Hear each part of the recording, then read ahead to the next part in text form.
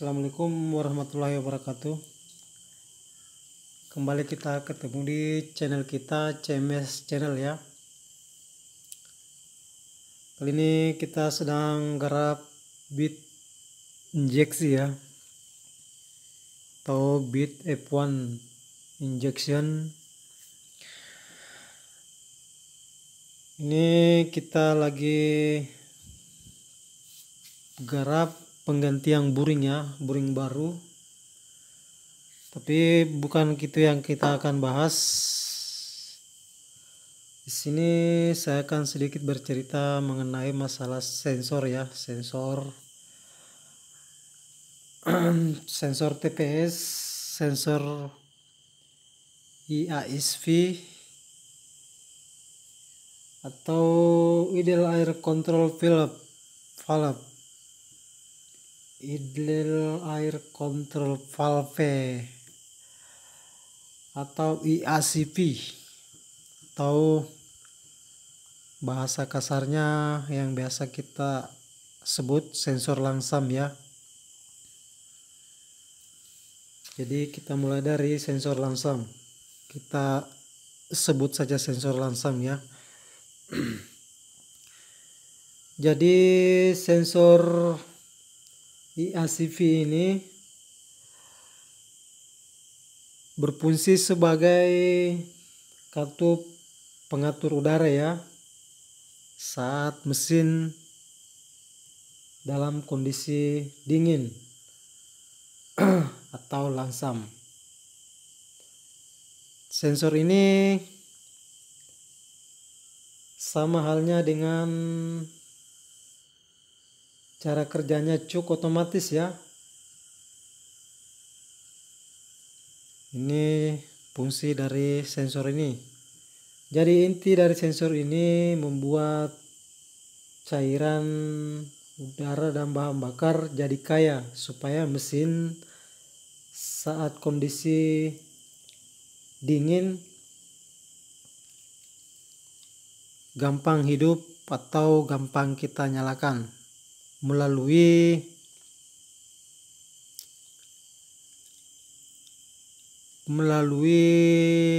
apa ya namanya sensor yang di blok itu, sensor EOT ya, melalui perintah sensor EOT mengirim sinyal ke ECU atau ECM atau Electrical Control Unit untuk membuka katup yang ada pada bagian dalam sensor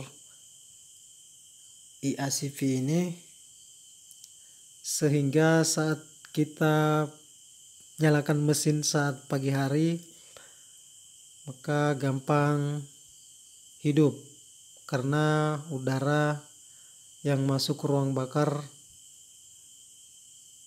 bertambah oleh atas membukanya cuk otomatis ini. Jadi itulah fungsi dari sensor IACV ini atau sensor langsam ini. Jadi kemudian gejala yang ditimbulkan ketika sensor ini bermasalah, mesin ketika hidup berebet ya dan susah dinyalakan dalam kondisi mesin dingin. Dan kemudian ketika dia hidup maka biasa kita dapati RPM naik turun ya, naik turun tidak stabil. Jadi itulah cara kerja atau sistem kerja dari sensor langsam ini dan masalah apa yang ditimbulkan ketika dia bermasalah. Dan kita bergeser ke bawahnya ya, atau ini bagian bawah sensor TPS, throttle body position. Jadi di sini kita tidak usah terlalu bercerita banyak ya, cukup yang inti-inti saja.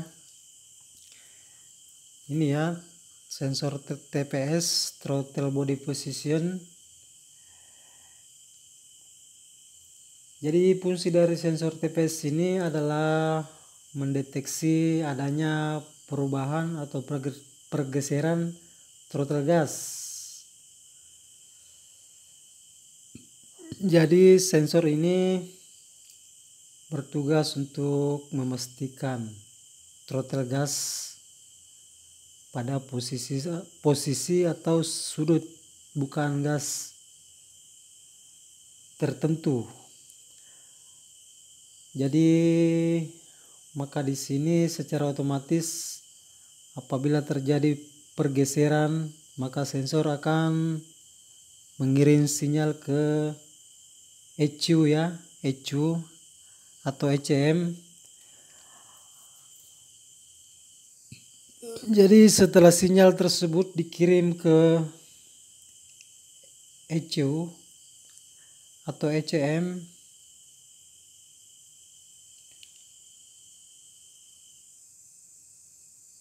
maka disinilah akan terjadinya yang namanya injeksi ya, injeksi atau suplai bahan bakar ke ruang bakar. Jadi itulah fungsi dari atau cara kerja TPS ya, throttle body position. Dan gejala ketika sensor TPS ini rusak, tarikan gas akan terasa berat ya, atau mesin terasa berat. Atau ketika kita tarik gas, mesin atau tarikan mesin tidak responsif ya, atau lambat. Dan gejala kadang RPM naik turun. Jadi itu dari fungsi dari sensor TPS dan gejala yang ditimbulkan ketika dia bermasalah ya. Dan kemudian kita lanjut ya ke sensor sensor oksigen ya. Sensor oksigen, yang mana letak dari sensor oksigen tersebut kadang kita temui ya pada motor-motor injeksi itu pada leher knalpot atau pada ujung knalpot ya, ujung pangkal blok atau head. Tapi di sini pada motor yang kita garap ini kebetulan ini beat ya, beat injeksi. Dia posisinya ada pada head ya, pada posisi lubang head atau lubang exhaust. Jadi posisinya ada di sini ya. Sensor oksigen atau sensor O2. Jadi sensor ini salah satu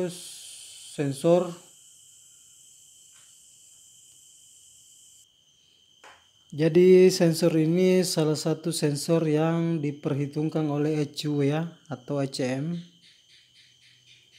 Sedikit atau banyaknya bahan bakar yang akan disemprotkan oleh injektor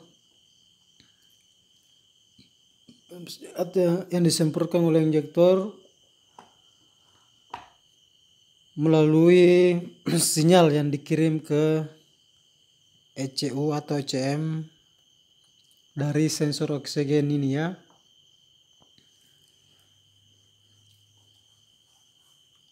Dan ketika ECU menerima sinyal dari sensor ini atau sensor oksigen ini, maka ECU akan memberikan perintah ya ke injektor melalui pull pump ya, pull pump yang mendorong ke atau memberikan tekanan bahan bakar ke injektor, lalu injektor bersiap menyemprotkan bahan bakar ke ruang bakar ya.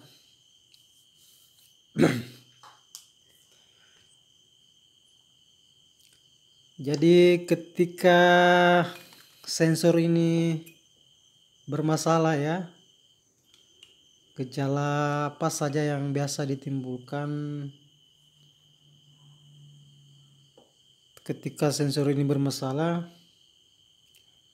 Jadi gejala yang sering kita temui ketika sensor ini bermasalah atau rusak, maka otomatis kadang bisa membuat motor jadi boros ya. Boros, kemudian lampu indikator menyala. Kemudian ini otomatis ketika boros pasti tak bertenaga ya, boros dan tak bertenaga ketika ini mengalami kerusakan.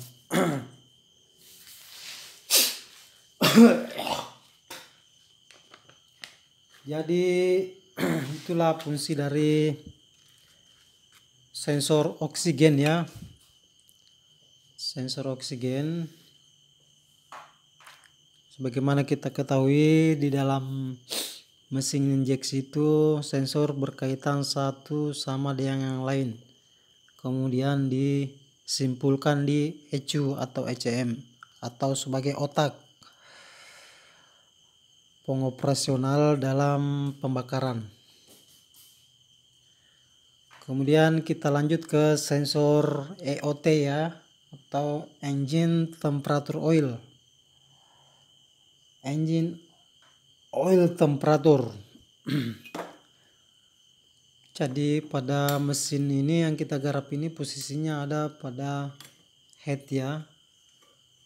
Ini bagian dalam ini sensornya. Kemudian ini tempat soketnya ya.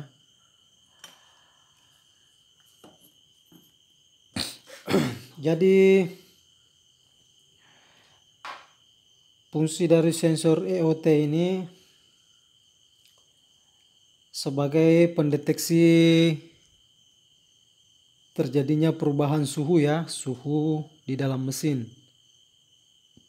Dan kemudian dikirim sinyalnya ke ECU, lalu ECU merespon.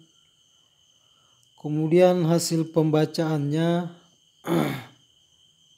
saat kondisi panas dan dingin, maka campuran dan bahan bakar dan udara akan berbeda ya, baik saat kondisi panas atau kondisi dingin.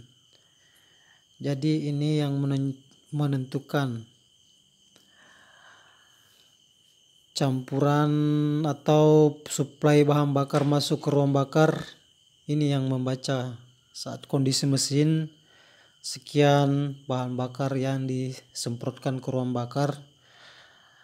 Sebaliknya dalam kondisi suhu mesin dingin atau suhu kondisi rendah ya, maka ini yang mengirim sinyal ke ECU untuk memerintahkan menyemprotkan bahan bakar ke ruang bakar pada saat kondisi tertentu. Misal kondisi panas, maka dia memerintahkan ke ECU untuk menambah suplai bahan bakar ya. Namun gejala yang biasa kita ketemukan ketika sensor ini bermasalah atau rusak, otomatis kode mil atau lampu indikator menyala ya. Dan mesin akan susah di starter karena suplai bahan bakar yang tidak jelas. Dan asap knalpot kadang kita dapati menjadi hitam ya, hitam pekat. Jadi itu yang sempat saya bahas kali ini atau saya ceritakan. Mudah-mudahan ada manfaatnya buat teman-teman semua yang belum paham. Kalau sudah paham, alhamdulillahirrabbilalamin. Kita di sini juga masih dalam tahap belajar ya, atau terus dalam proses belajar. Sekali lagi mudah-mudahan ada manfaatnya buat teman-teman atau saudara-saudaraku semuanya. Jangan lupa like, komen, dan subscribe ya. Biar kita di sini semangat terus untuk berbagi ilmu yang kita pahami atau yang kita ketahui. Jadi itulah penjelasan dari sensor injeksi ya. Karena sekarang sudah pada zamannya motor injeksi ya. Bukan lagi sistem karbu. Jadi mau tidak mau kita harus belajar dan terus belajar beralih ke sistem injeksi. Oke teman-teman, ketika kalau ada salah kata dalam percakapan saya pada video ini mohon dimaafkan dan mohon dilengkapi ya ketika ada salah pada video kita kali ini. Oke teman-teman, saya akhiri dengan ucapan Assalamualaikum warahmatullahi wabarakatuh.